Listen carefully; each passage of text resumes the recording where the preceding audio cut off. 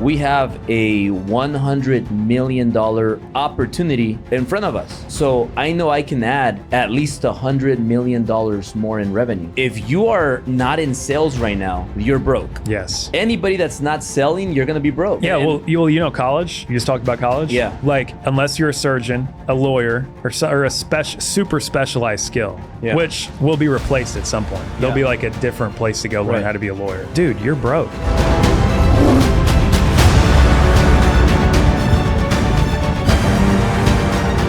All right, killers, what's up? It's Brendan here, your host. We're back on another episode today. I'm not at the 1%er studio. I'm here at Driven. If you've never been to Driven, this headquarters with this cat right here, Mr. Albert, this guy's a freaking killer, dude. Just showed me his office. I got to talk to his team. We talked about coaching, sales, changing people's lives.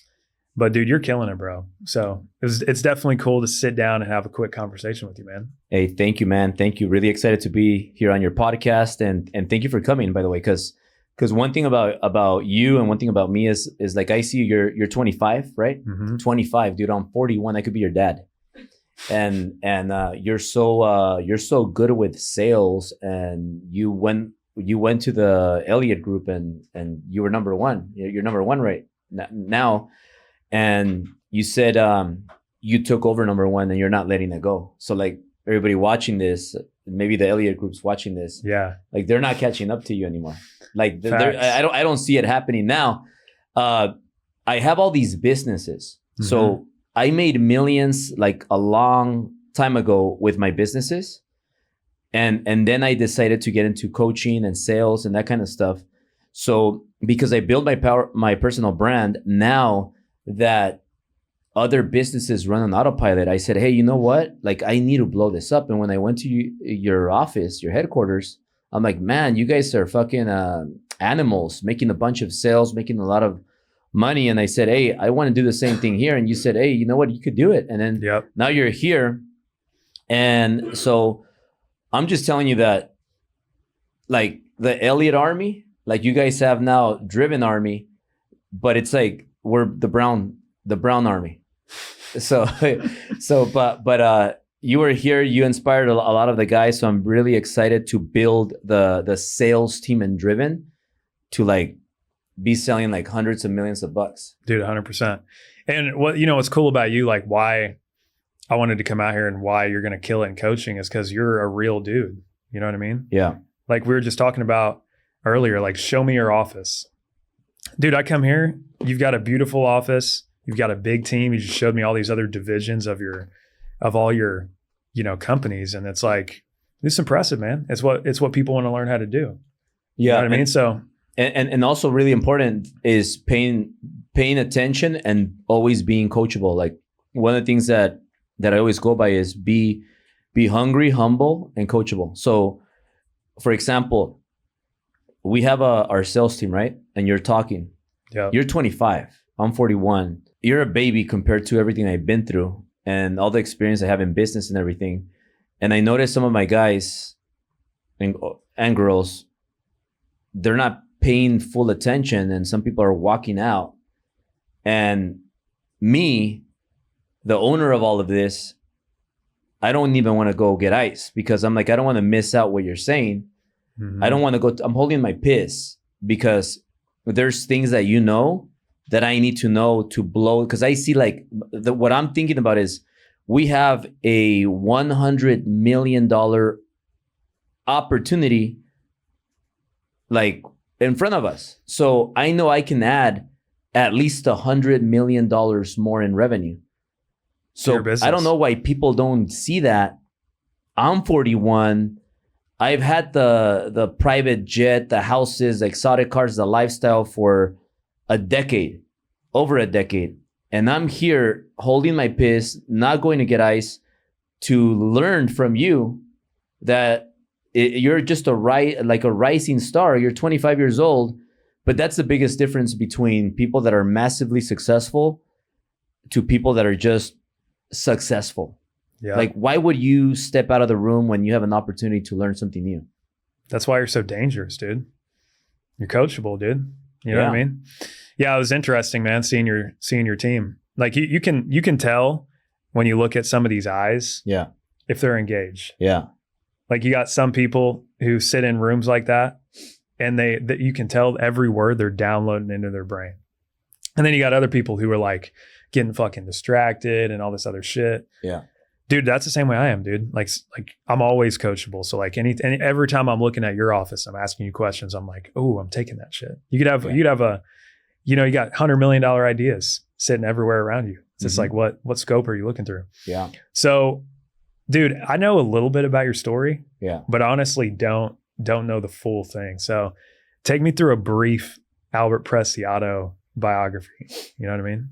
When I was 6 years old, I used to paint homes with my dad. So I used to go and paint the houses here in Beverly Hills. I don't know if you know the area, but Beverly Hills, Bel Air are like the nicest areas here in California.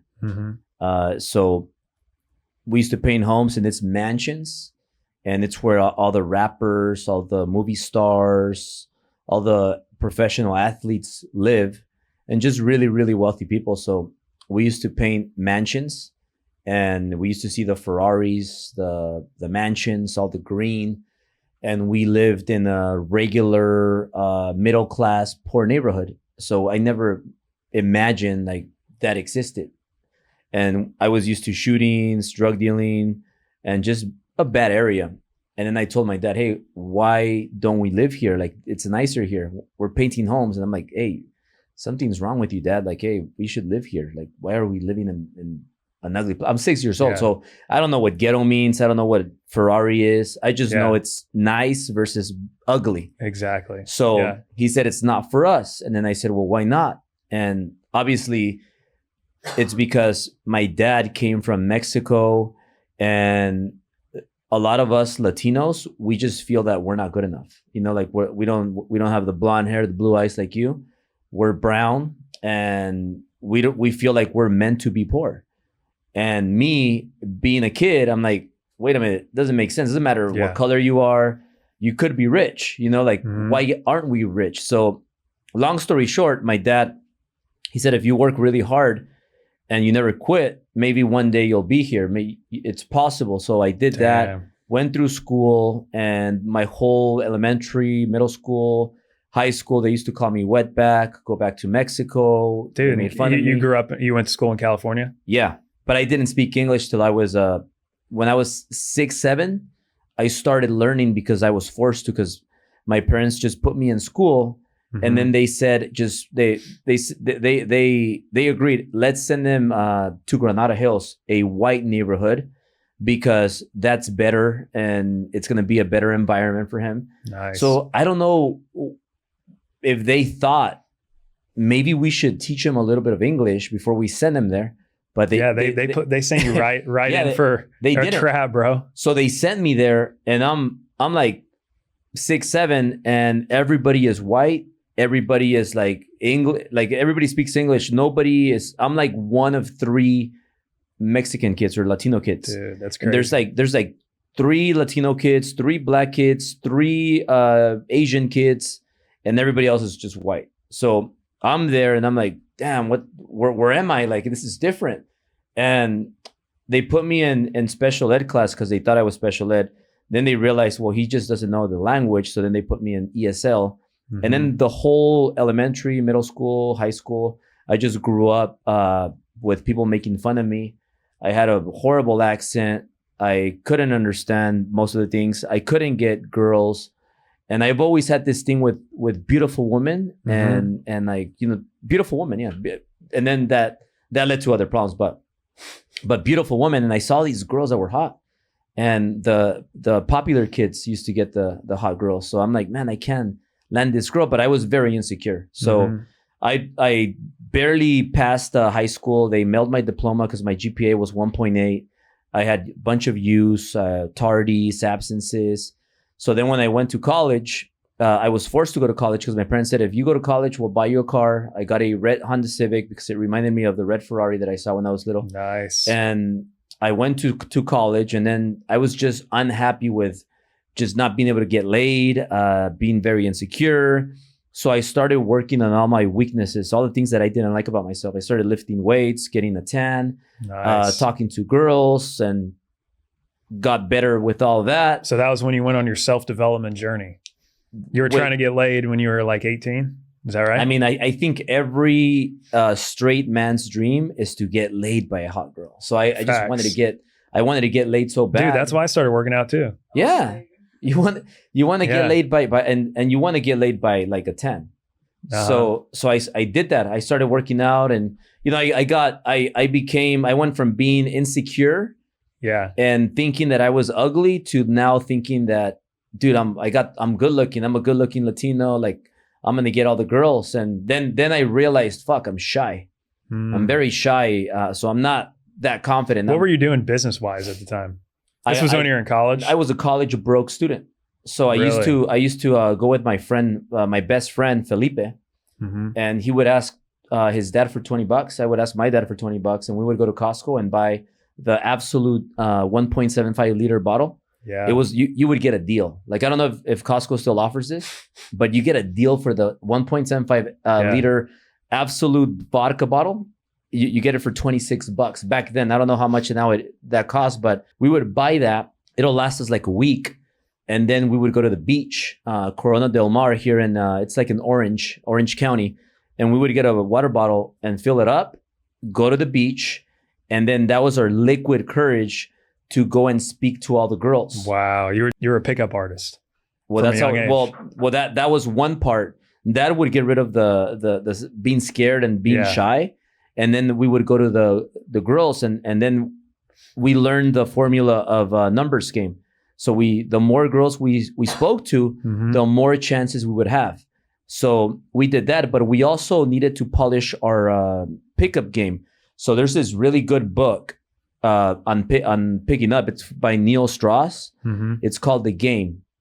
So that tells you all the strategies on how to approach girls, how to talk to them, like the signs they throw at you. Like when you're talking to a girl, you're having a drink, and the girl starts like playing with her hair, like that's a sign that she wants you. That's a sign like, hey, you're gonna get late tonight if you don't fuck it up. This guy's literally revealing how he picked up Sil Preciado. Yeah, well, he's given all the keys to the game now. She came after a bunch of them, I'll tell you that. So I had a lot of practice. You knew what you were looking for. Yeah. I just like Latina. Like, I don't know if you like Latinas, but I like my style. Like, I had white, Asian, black, like Cubans, Puerto Ricans, from everywhere. No Americans.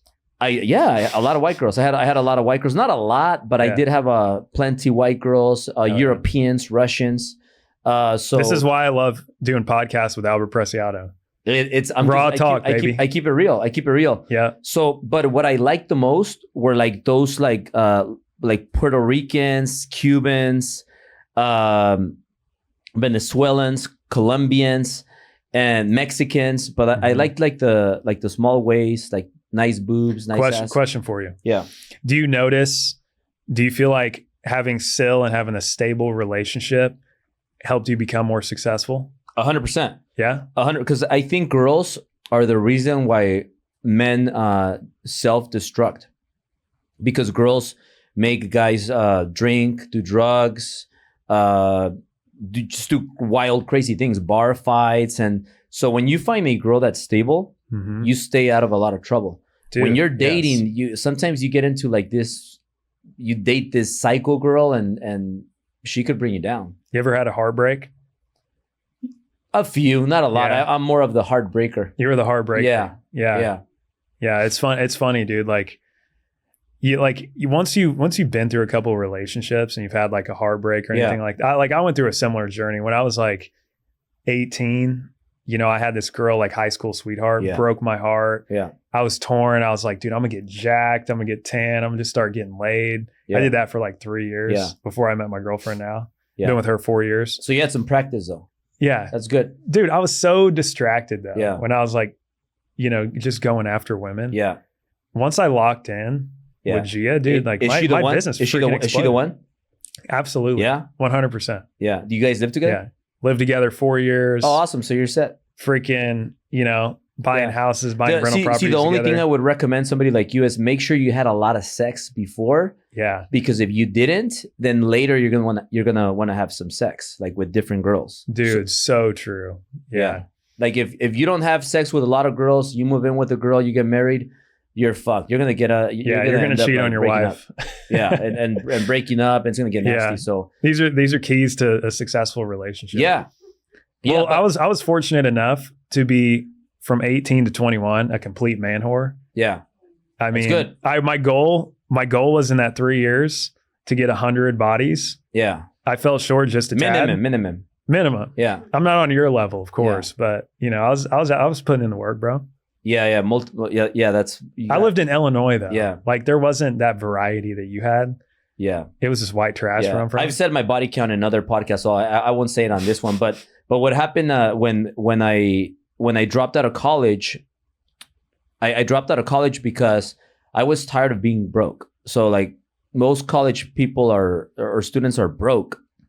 Unless you're going to be a very successful surgeon, lawyer, you're going to be pretty broke. Because if you're making $1 million, I mean, you're fucking broke. I mean, you should be embarrassed about yourself. Like that's facts. That's you got to be making like way more than that. You got to be making at least $1 million a month. Mm-hmm. So when I dropped out of college, obviously I didn't think this big, but I thought pretty big. I just knew I wanted to be rich. I wanted to be a millionaire, and I used to always end up after the Corona del Mar beach days, drinking, banging girls, sleeping in the car, waking up in weird homes. Mm-hmm. I said, man, I would end up in what's that place called?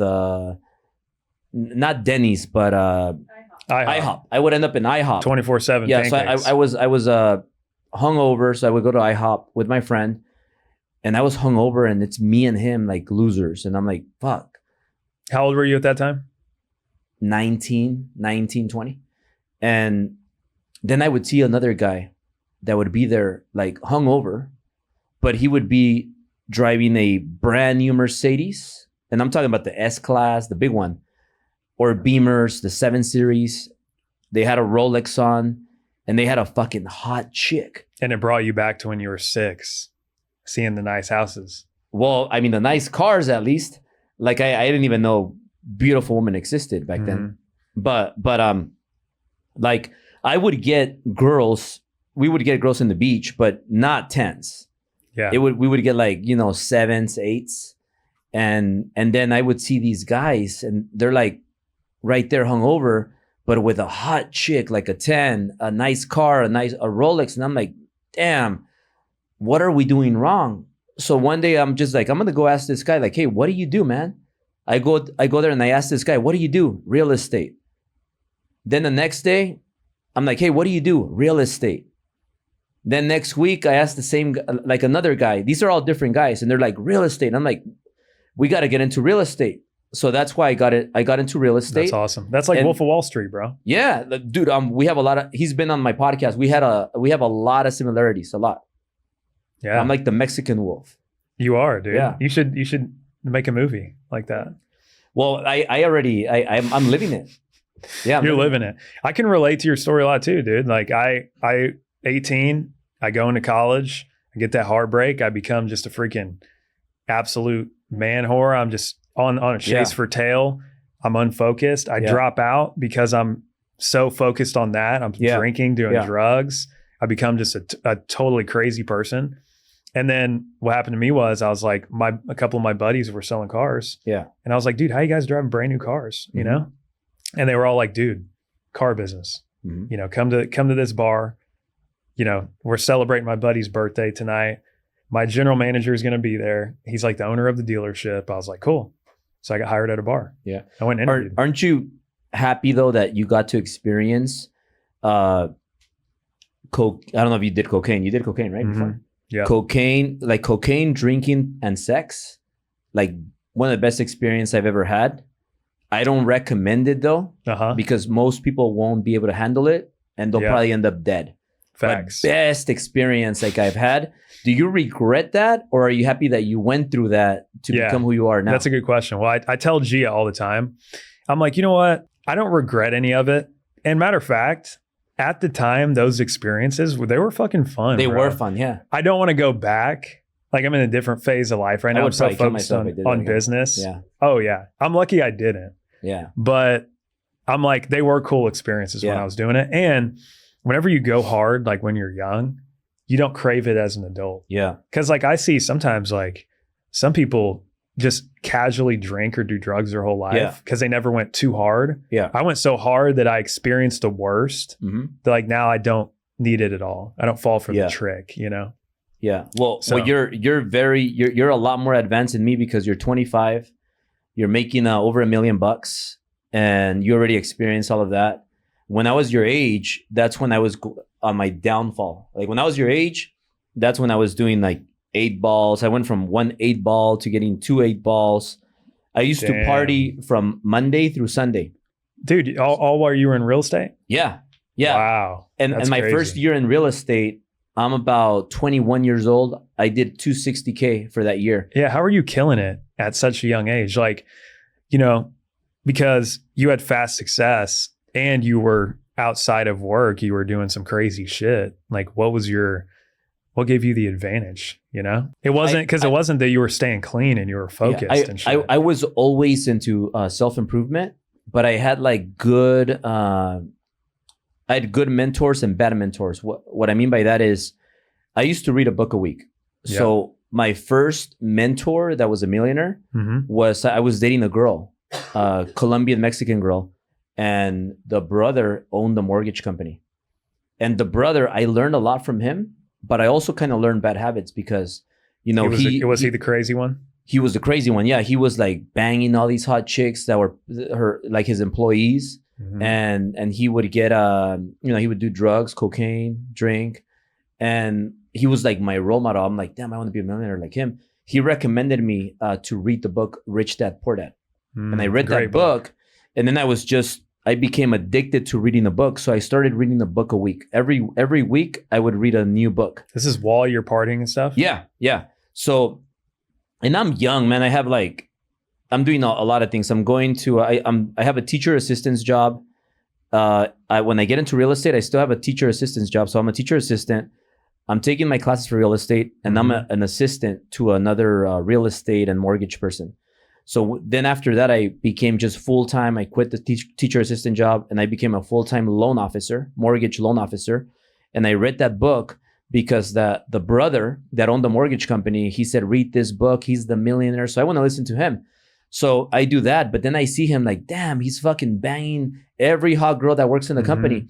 And then like he would fire the receptionist, get a new receptionist, bang that one. And I'm like, dude, like I want to be like this guy. Like he's just banging all the hot girls and he's fucking doing the nice cocaine and he's driving the nice cars. Dude, Cali was crazy, huh? House in the hills. So I'm like, that's who I want to be like. Yeah. So that's what led to that. So I became very, very good at what I do because I read a lot. I did a lot of self-improvement, but then I also learned to party hard. You just had that I have a really addictive personality. Yeah. So like when I find something that works, I just fucking go after it and I triple down on it.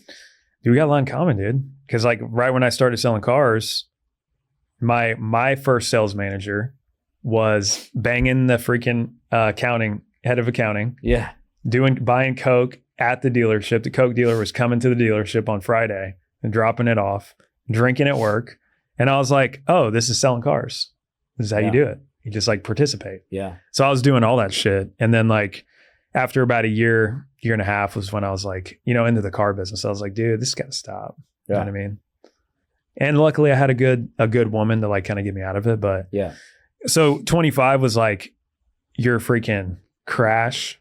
Was that because of drugs or? No, yeah, it was. But the difference between me and a lot of these new people that are coming out on social media is that a lot of these new social media people, you gotta consider how many years have they been successful for?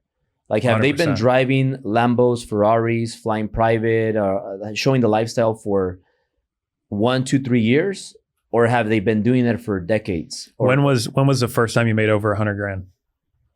My first time was when I was 21. When I got into mortgage, my first year I did $260K. 21. Yeah. Have you made under $100,000 since you were 21? I did. And that was the year of 2008. So this is where I was going. You can't trust a leader or a CEO that hasn't been tested before. So that hasn't gone through the hardest, darkest times after they became mega successful. Yeah. So like, I didn't become mega successful, but I did get up to 260K. And then what happened is 2008, the banks just stopped funding loans, lending money. We have the biggest or one of the biggest meltdowns ever, 2008. Mortgage meltdown. So what was that like? Were you leveraged? Did you have like fancy cars? I was overly leveraged. I had an S550 Mercedes. The S500 Mercedes became the S550. It was that was the first time that S500 turned to the S550. So I was the first one to get it in my office. I was the youngest one, making more money than all of them. So I became number one like this. And I was I'm very competitive as like you. So just like you said, nobody's going to catch up to you again, right? Facts. That's a game plan. So look, I might get beat. I'll take it like a man. You can't lose. But I'm going to do everything in my power not to. Just crush them. Keep crushing them. Oh, dude. Yeah, they're watching this right now. Yeah. So I hope they are. So when that happened, I lost everything. But if I would have been sober and focused, I would have made more money than ever, because the worst times are the best times to make the most money than ever. So because I had bad habits, so if somebody's watching this, I would recommend, stop, cut the drugs, cut the alcohol. Yep. We were talking about that earlier. Like, hey, why are you going to go drink if you're broke? Like, what are you celebrating? Yeah. Being a broke ass? It's unbelievable. Why are you taking vacations if you're broke? I tell people all the time, I'm like, dude, if I wasn't making, like you said, and there's levels to the game, bro. If I wasn't making 7 figures, I'd be doing everything in my power. And I would not be taking the weekends off. You don't think like making $1 million is like minimum wage? Dude, making $1 million fucking sucks. Yeah. Making $1 million, you're barely fucking over broke. Like if they tell you, hey, Brendan, has your dream became a reality? Are you done? Yeah. You made it in life because you made $1 million. What's your answer to that? What is your dream? Yeah, dude, I'm working harder now than I ever have, because now my vision's even bigger. Dude, if you get to whatever your mountaintop is and you don't have a bigger mountain, you're fucked. Yeah. You know that. Yeah. You know what I mean? So now I'm telling myself, I'm like, dude, $1 million's fucking broke. It really is too. Isn't it kind of easy too? It's pretty easy. Like what was like the worst job you had that you could remember? The worst job I had? Yeah, like how much money were you making? Bro, my first job, this is how crazy my shit is. Give me a shitty job you had. My first job was McDonald's flipping burgers. Yeah. At 16 years old. 18, I'm pushing carts at Walmart. After that, I worked at a jewelry store. After that, I sold insurance door to door. I guarantee you that if you compare working at McDonald's, flipping burgers and French fries and putting those chicken nuggets in the little baggies, what's harder, that or making $1 million now? What's easier? McDonald's is way fucking harder. Pushing carts. Have you ever pushed carts at fucking Walmart? That's a lot harder. That is the most degrading job any human being could ever have. Holy fuck. I did it in the winter, bro. Yeah. I was like fucking slipping and shit. Like, you can imagine why I'm not getting laid. That's why I was like, I got to go work at this jewelry store. I'll get laid more there. Yeah. You know? Now you make $1 million without having to break a sweat. Literally. Thank you, sales. I love you. You're the best ever. Thank you, God. Yeah. So look, the biggest reason for me, and I think it's the same for you. I think it's the same for everybody, is if you are not in sales right now, you're broke. Yes. Anybody that's not selling, you're going to be broke. Yeah. College, you just talked about college. Yeah. Like, unless you're a surgeon, a lawyer, or a super specialized skill, which will be replaced at some point. There'll be like a different place to go learn how to be a lawyer. Dude, you're broke as fuck. Like, college is a waste. Yeah. I tried college 5 times. I dropped out all 5. The best thing about college is the college girls. Yeah. Yeah, exactly. Yeah. The college fun. That's all that's good about it. Yeah. If I would be single and I'm not single, but if I would be single and You would go back to college right now. dude, I would go back to college in the Ferrari. And I would just be there like fucking like carrying hundreds and just fucking giving it to all the hot girls. Like, hey, You'd here go you go, back 100, and get a 100. marketing degree. And I would just be like, hey, it's just for you. And then I would tell them like, I would go like this as I drive off my Ferrari SF90, and I would have unlimited women. Has your midlife crisis already passed, or do you think that you're at risk of potentially doing that? No, I think women are like the biggest problem for men.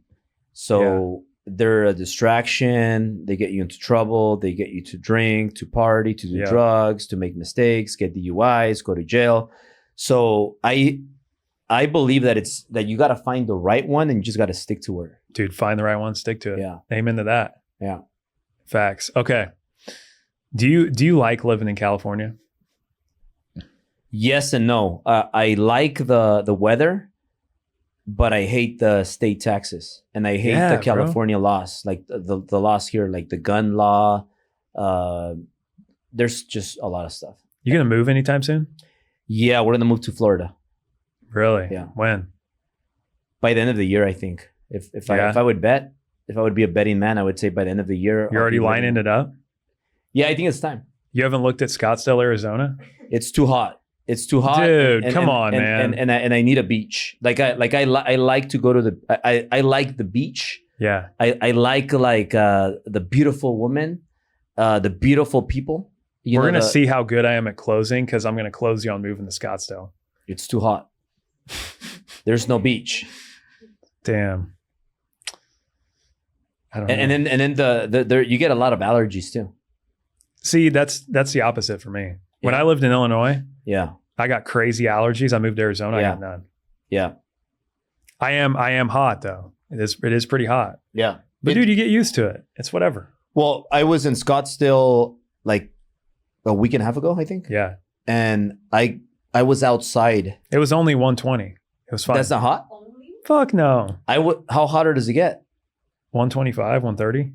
So I was outdoors for a period of no more than 4 minutes. Mm-hmm. The rest of the time I was indoors in the AC.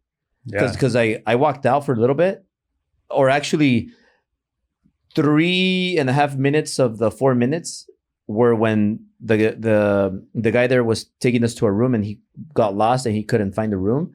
And I'm like, God, it's so hot. And then we went inside the room and man, it felt like paradise. So I stayed in the room, and then the other 30 seconds I went outside to get a drink from the bar, and the Biltmore. Have you been there?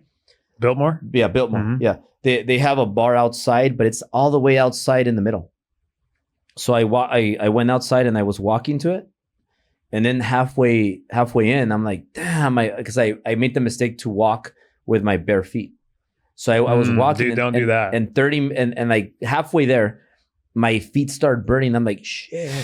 And I'm like, the bar's over there, or do I run back to the room? I'm like, I cannot run. I have to make it. I'm not running back. I have to go to the bar. So I run to the bar. I make it there, and I'm like burning. My feet are burning. So I make it there, and then I'm like, I have to walk all the way back now. And I'm like, fuck. And it's that hot. And then I ordered a drink, and then I just sprinted back. And then that was the last time that I went outdoors in Scottsdale. It all was right, just so I'm calling my shot. 4 years you'll move to Scottsdale because you'll try Florida. It's cool, but you'll end up. What's wrong with Florida? I don't know, dude. I just think Arizona's the best, bro. Yeah, I love it. Yeah. You don't like the beach? I like the beach, but dude, something about Arizona, man. Well, I'll really FaceTime you. place. I'll FaceTime you from South Beach, and then I'll send you some nice pics right there. My man, let's go. You could send me a picture with the sun out and all that stuff. Hell yeah, dude. Hell yeah. I'll send you like a little lake picture, like a little mini beach. You know? Okay, so I want to ask you a couple more questions, man. Number one, what do you feel like are the most important skills to have if you want to be successful? They got you to where you're at. Well, in general, or for me, where I'm at? Anybody who wants to go out and be a 7-figure entrepreneur, what do you feel like the most important skills are? after I would say that before even sales, I would say become a genius marketer and build your personal brand. Because if you do that, you don't even have to sell. Like the sales will come by themselves. So like, let's say if I'm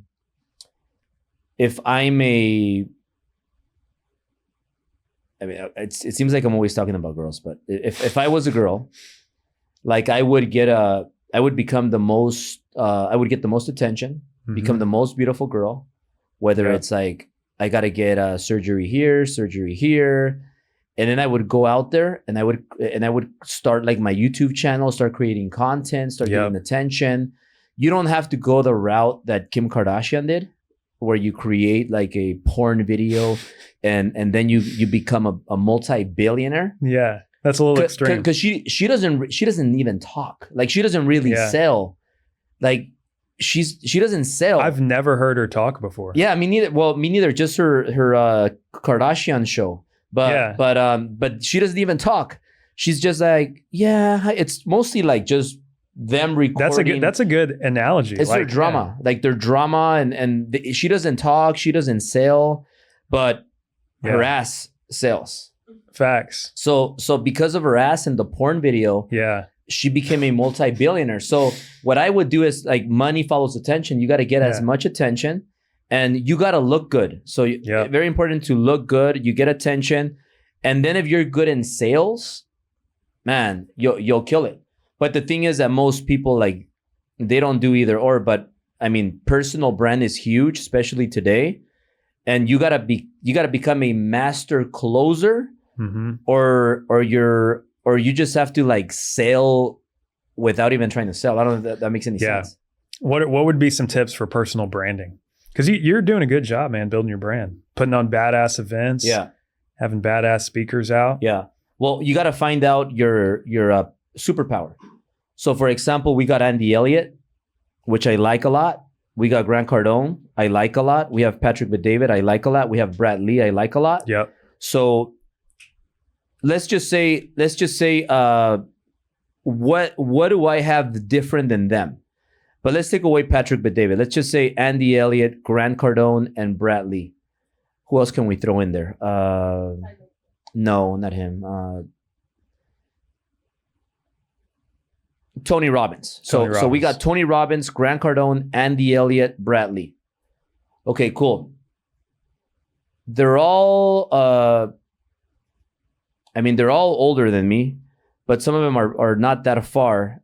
Like Andy Elliott's not that far from my age. Brad Lee a little farther. But Grant Cardone and Tony Robbins, they're pretty old. Yeah. So, but what besides that? What is my superpower? Where do I stick out? So you got to find out what your strength is. Like for example, if you're a good boxer and you're 6 foot and strong, and then there's another 6 foot strong guy and they're the best wrestler. Yeah. No matter how good you think you are, you're not going to try to wrestle the wrestler because they're professional. They're the best wrestler. They're going to kick your ass because they're especially if you wrestle. The wrestler's going to win. The wrestler's not going to box the world champ boxer because he's going to get his ass kicked. So you got to find the weakness and attack there. You got to find your strength and use it. So for example, what is my strength? So the easiest way to show it is think about Canelo Alvarez. Canelo, you know Canelo Alvarez? Yeah. So Canelo Alvarez, everybody knows who he is, and he sales like he's not a sales guy with his voice like Kim Kardashian, but his brand sells like it's his brand does all the selling.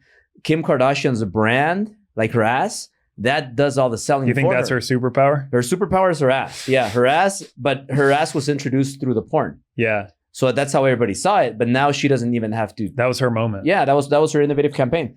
Now, Canelo Alvarez built a brand that gets very deep and emotional with our people. Yeah. So like Si Se Puede, Mexico, Latinos, and there's a lot of Latinos in Arizona. Half of Arizona is Latinos, right? Yeah. So like the Latinos are taking over the US, the population, Latino Americans. So should I compete against Grant, Tony Robbins, Brad Lee, Grant Cardone, Andy Elliott? Should I compete with them against their people or my people? So what I would do is, yeah, I like it. I love everybody. I like white, black, purple, Asian, everybody. Mm-hmm. But if I target my niche, I would get all of them to convert. So the play that I'm doing is, I look at my Instagram. We look at our audience. We look at everybody that buys tickets. We look at everybody that works for us. 90% are Latino Americans. So that is my superpower. So when I go out there and I'm like, hey, I'm the Mexican Tony Robbins, I'm the Mexican Andy Elliott, then now I'm different and they can't compete against me. They have no chance with the Latino Americans. Love it. So that's what I would focus on. But you got to find out where am I different? What's my strength? Like you figure out a strength because there was the number one guy, right? And you were always maybe number two, number three, number four. You came up. So how did you beat number one? What was your superpower against number one? Out caring people, bro. Paying attention, building relationships, and that's pretty much it. You think number one got a bit comfortable? I don't know, man. I don't think. I think like our top producers, they're not comfortable. I think But you're 25. I think I did just the compound effect, kind of like the compound effect came to fruition. All the work I've been putting in. So what's your strength? What's your biggest strength against other salespeople? Relationships, 100%. That's one. I'm a strategy player. Yeah, I am a chess player. I'm not the loudest. I'm like the fucking. I'm just always playing chess, bro. I'm always making moves. Why are you good in relationships in the way where they like you? Because like I'm here, I plan on doing what I'm doing now for the long term.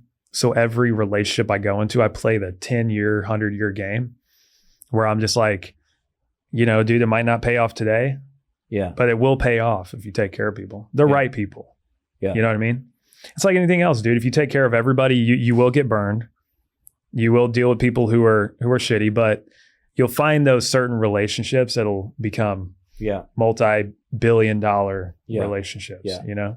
But then again, really quick, my whole brand was like I need to be different. So like I got the Ferrari to stand out. I started doing the lifestyle. So I said, well, I'm gonna be like Grant Cardone, but Mexican. Yeah. I'm gonna be like Tony Robbins, but Mexican.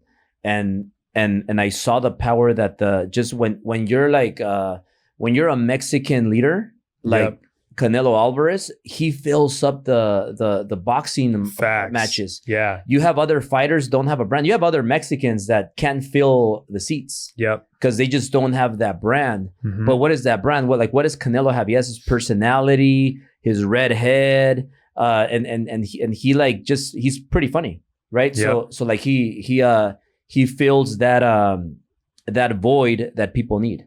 So facts. That's what we're doing with the whole driven movement. Yep. Freaking love it, dude. All right. Well, I wish we had more time. We'll have to run it back, but we should wrap up here. But one more thing.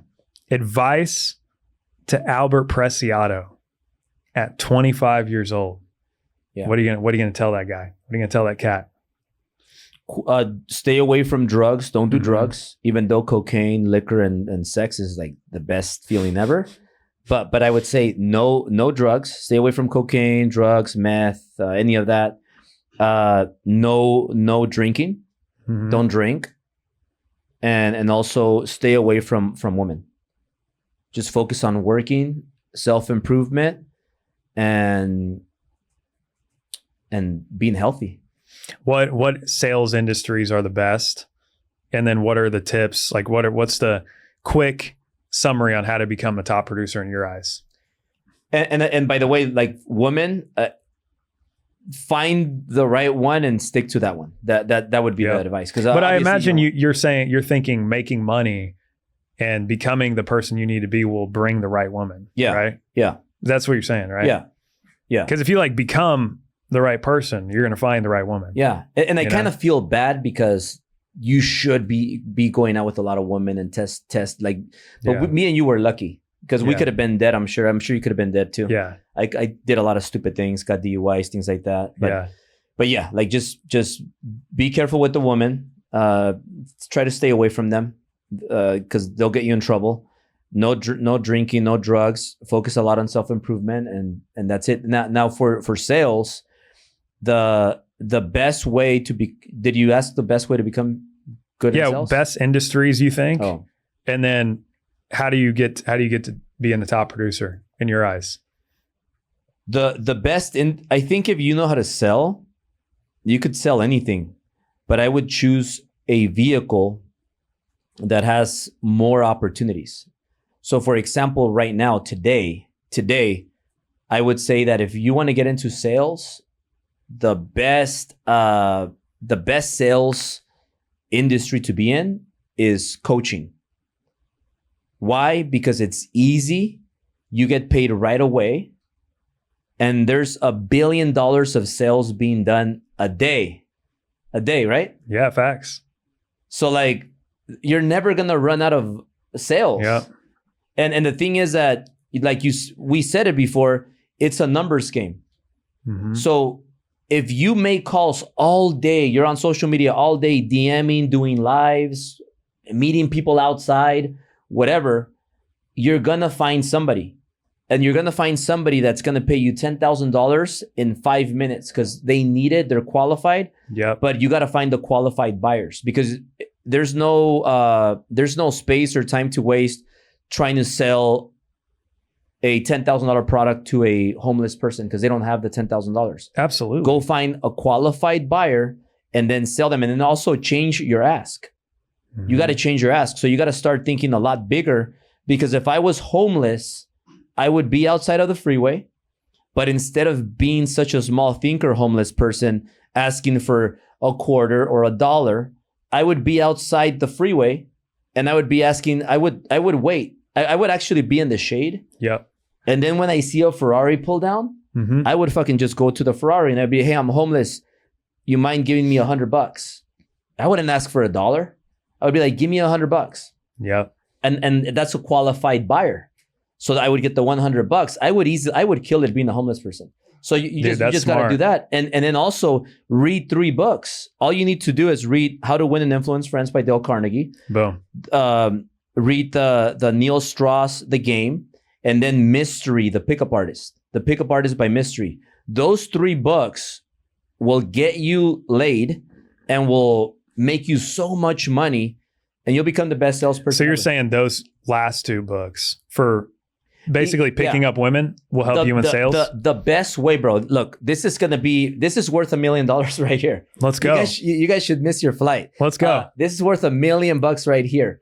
The best way to become the best closer is to go out and club. Go out clubbing.